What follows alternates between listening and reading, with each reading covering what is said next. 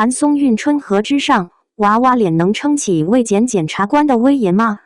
我反而觉得这一次他可能会让所有人改观。2026年6月，春和之上正式开机。最高人民检察院影视中心联合腾讯视频出品，导演、制作班底、题材定位都意味着这不是一部普通的行业剧，而是一部承担着现实主义表达与普法意义的法治题材作品。然而，官宣当天，比剧情更早登上热搜的却是谭松韵本人。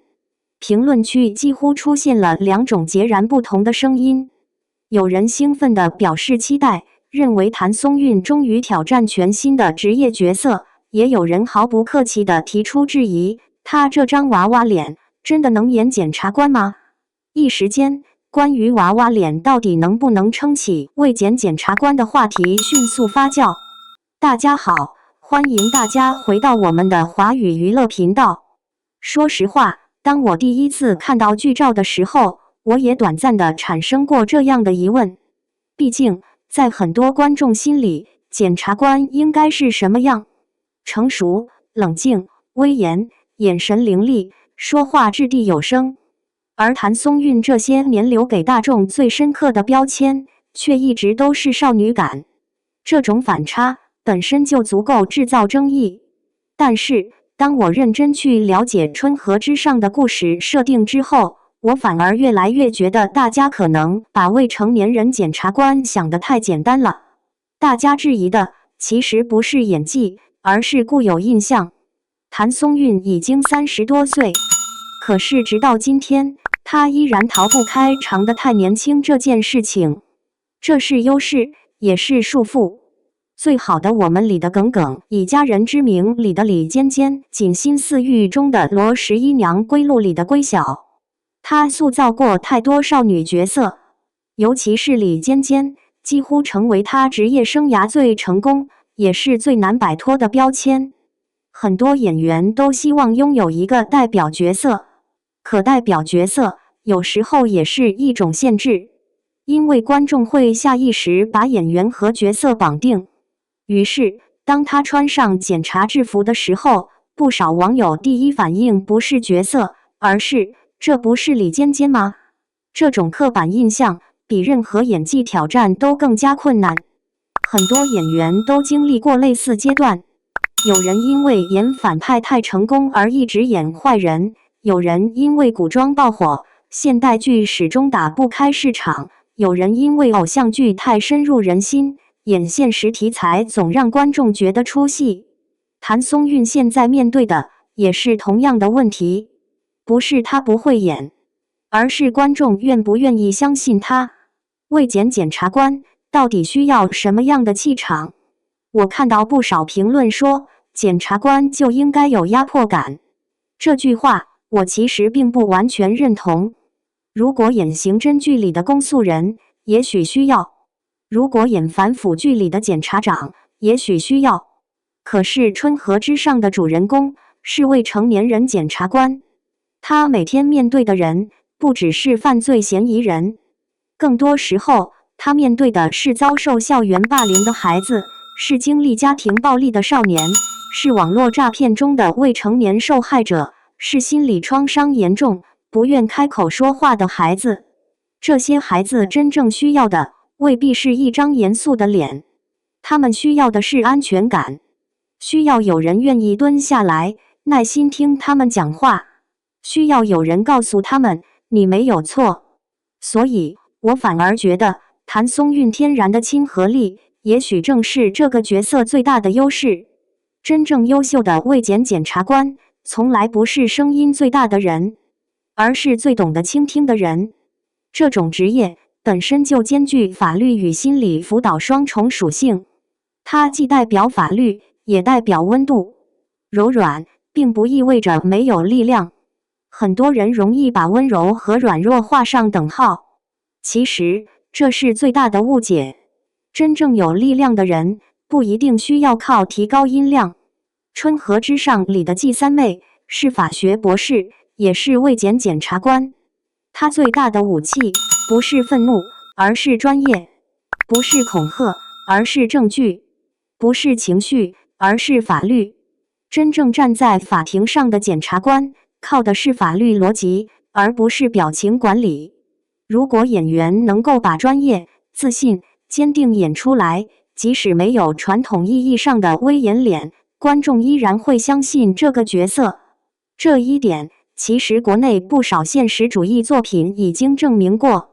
人物的可信度，从来不是靠长相决定，而是靠人物塑造。哭戏也许会成为整部剧最大的杀器。如果让我评价谭松韵最厉害的能力，我不会选择少女感，我会选择情绪感染力。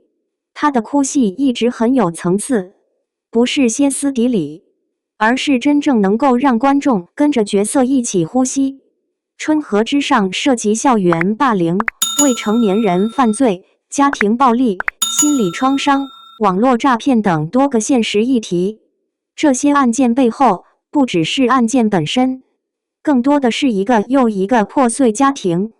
当季三妹面对受害孩子的时候，我相信，比起法庭上的慷慨陈词，那些安静流泪、克制隐忍、压抑情绪的戏份，才是真正考验演员功底的时候。如果处理得好，这甚至可能成为谭松韵职业生涯最成熟的一次表演。现实题材正在成为国产剧的新方向。近几年，观众越来越不满足于悬浮偶像剧，越来越多现实题材开始受到欢迎。春河之上选择聚焦未成年人司法保护，本身就是一个相当大胆的话题。根据目前公开的信息，剧中案件涉及校园欺凌、网络诈骗、留守儿童、未成年人犯罪、鱼排拐卖、网络黑产等多个社会热点。这些内容并不是简单制造冲突，而是真正希望通过影视作品引发公众思考。尤其是校园霸凌，很多成年人都曾经以为那只是孩子之间的小打小闹，可现实却告诉我们，一次霸凌也许足以改变一个孩子的一生。影视作品最大的意义不只是娱乐，更重要的是让更多人开始关注那些曾经被忽略的问题。待续加盟，让人物关系更加有看点。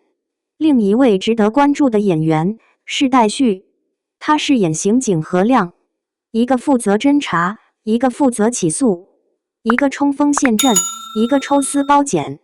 这种搭档关系并不是传统意义上的爱情线，更多是一种职业互补。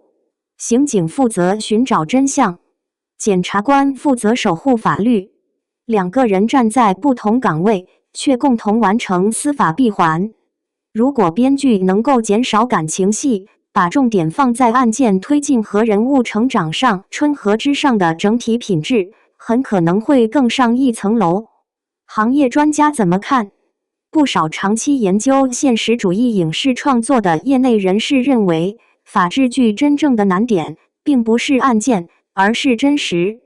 法律程序是否严谨？庭审流程是否专业？检察机关的工作细节是否符合现实？人物是否具有职业逻辑？这些都决定着观众会不会相信这部剧。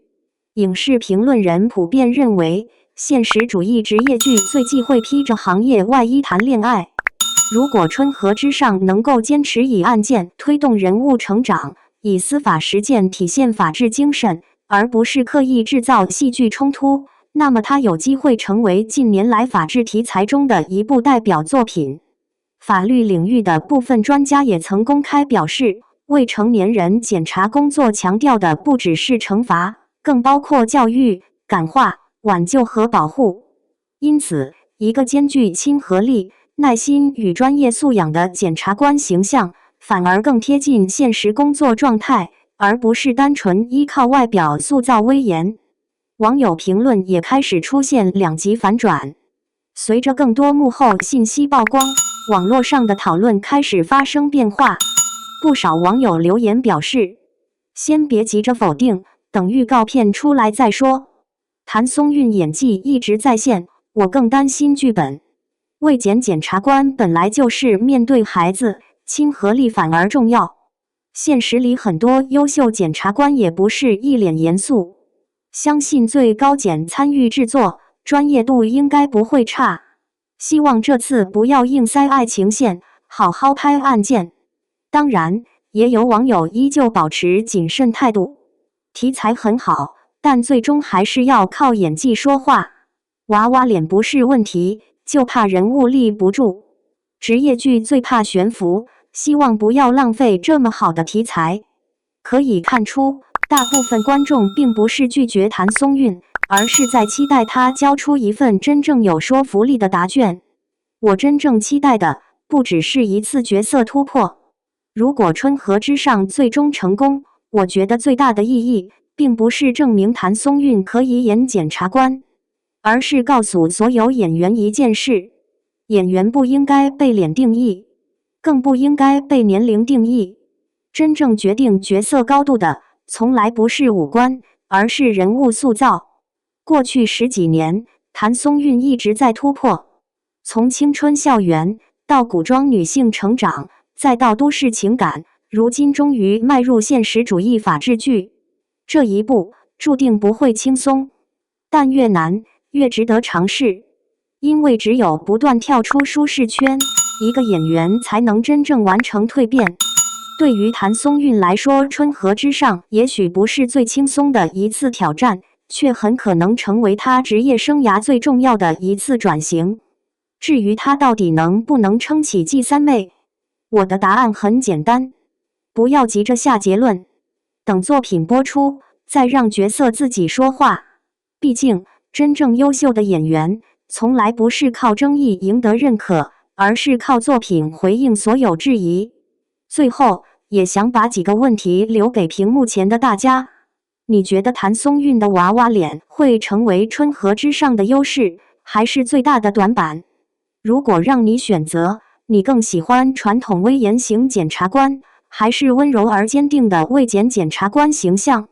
你认为现实主义法治剧最重要的是演员演技、剧本质量，还是专业细节的还原？欢迎大家在评论区留下你的观点，一起理性讨论。如果你喜欢华语娱乐的深度解析，别忘了点赞、分享、订阅频道，打开小铃铛，我们一起关注春和之上的最新动态，第一时间聊华语娱乐，解析明星与影视作品背后的故事。